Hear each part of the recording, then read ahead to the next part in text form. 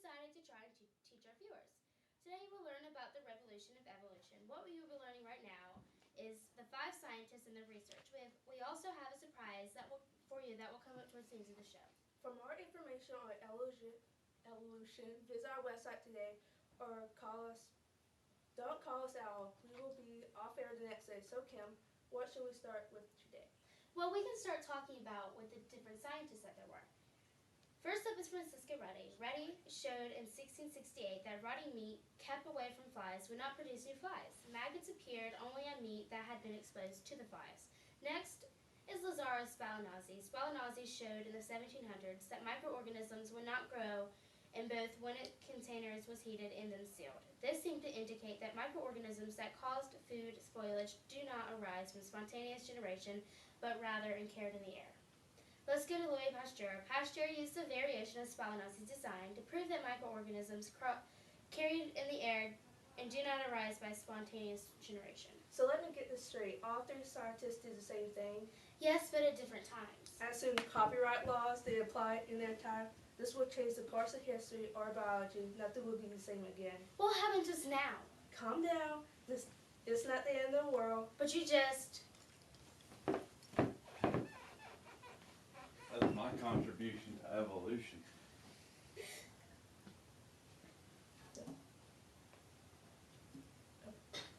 Now, anyway, before Kim reacted to the scientist's experiment and wherever that was, we'll start with Jean de Lamarck. Lamarck proposed that species evolve over time. He incorrectly hypothesized that species modification is the result of the characteristic, and the characteristic can be passed on to offspring. Finally, Charles Darwin began his work on evolution when he was employed as a naturalist for a voyage of the HMS Beagle. Darwin was influenced by Charles Lee, who proposed the principle of intelligence, which hold that the structure of Earth result from cycles of observable process. Now, aren't you forgetting something? Nope, that's cover all the people. I'll give you a hint. It has to do with Darwin. Oh yeah, thanks. Darwin found evidence of species modification in both modern and extinct species. Darwin hypothesized that related species such as the Galapagos finches descended from a common ancestor. Now, introducing Jessie, the queen of all rap, she'll be laying down some beats. Welcome to our Fun Facts segment of ENN. Here with us today, helping us with our fun facts, back from her world tour, is Diva Donna. Thank you. Thank you. Thank you.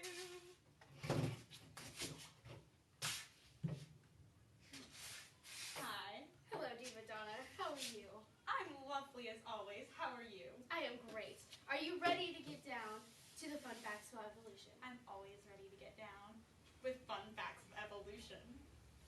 Okay, so we're going to start out with evolution. Can you kind of give our viewers what evolution is? Evolution is when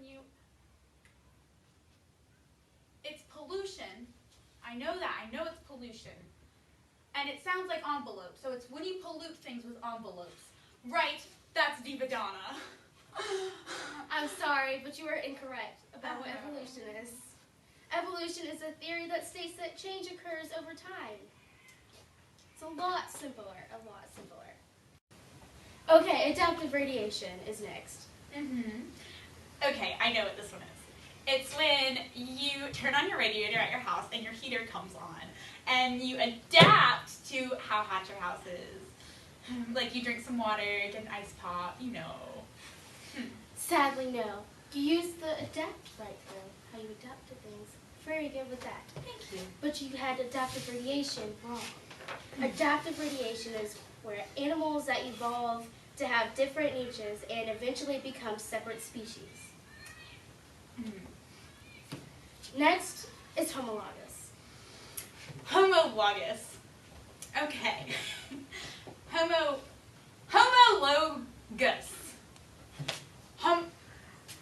That is when you have two logs that are best friends. And they are of the same kind of log. They are the same kind of log. Thank you. Thank you. Thank you. You're getting closer. Homologous is when two species have alike structures that perform different functions. I was close. Very close. Very close. And they can edit this out later, right? Yes, okay.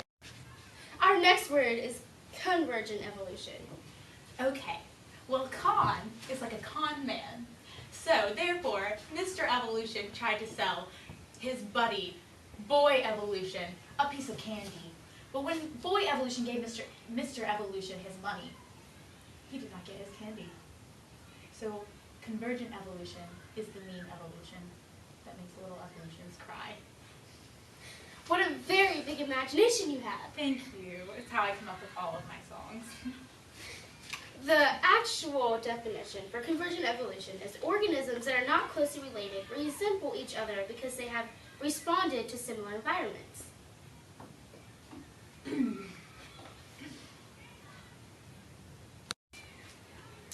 Our next word is biogenesis.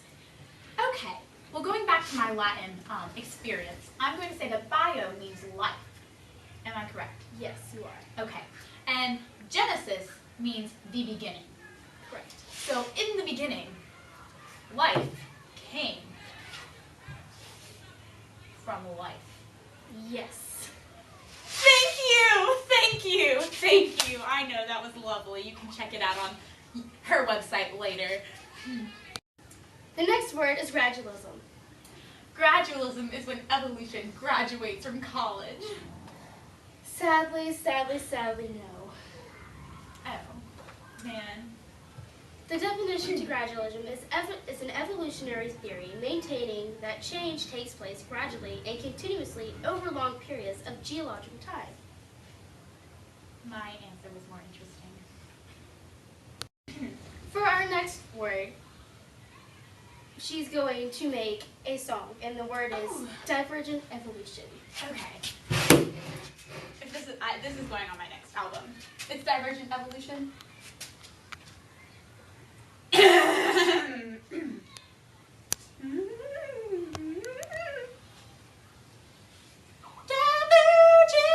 evolution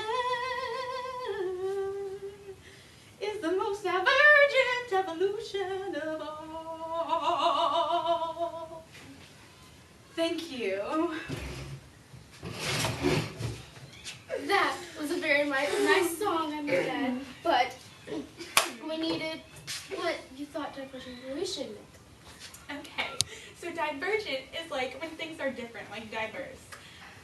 So I would say that divergent evolution is when you have a girl evolution and a boy evolution, and they're different because they're diverse. That's what I'm going to say. Final answer.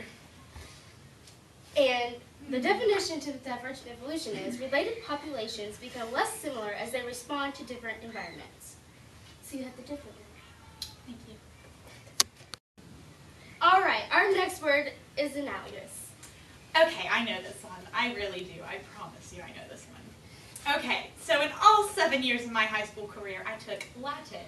And the Latin prefix for A means no, which means that there are no logs in the fireplace. Thank you.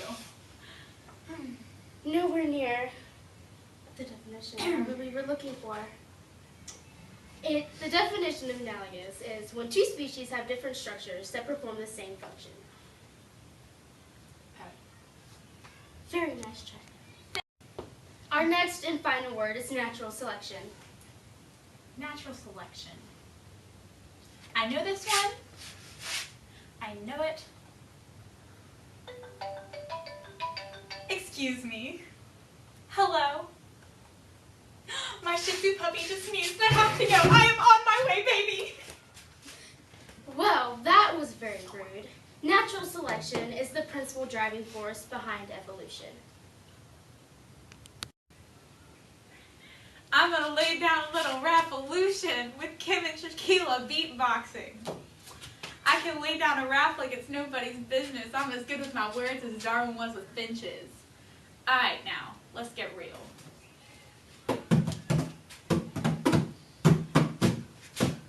It's the revolution of evolution. Things change over time and they leave behind a sign. Like a fossil lunar imprint, we see how things evolve. If the animal's indigenous, puzzle gets resolved.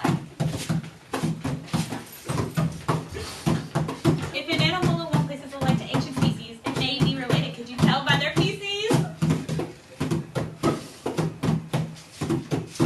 Two like organisms become a sea. It only makes sense that they're a product of Pangea. If a species is separated by a boundary, then the species will evolve to provide what it needs. Now that's the story all about how our world got flipped, turned upside down. Thanks for taking a minute to just sit right there while we tell a little story from the evolution layer. Thank you for joining us on the Fun Fact segment of Evolution News Network.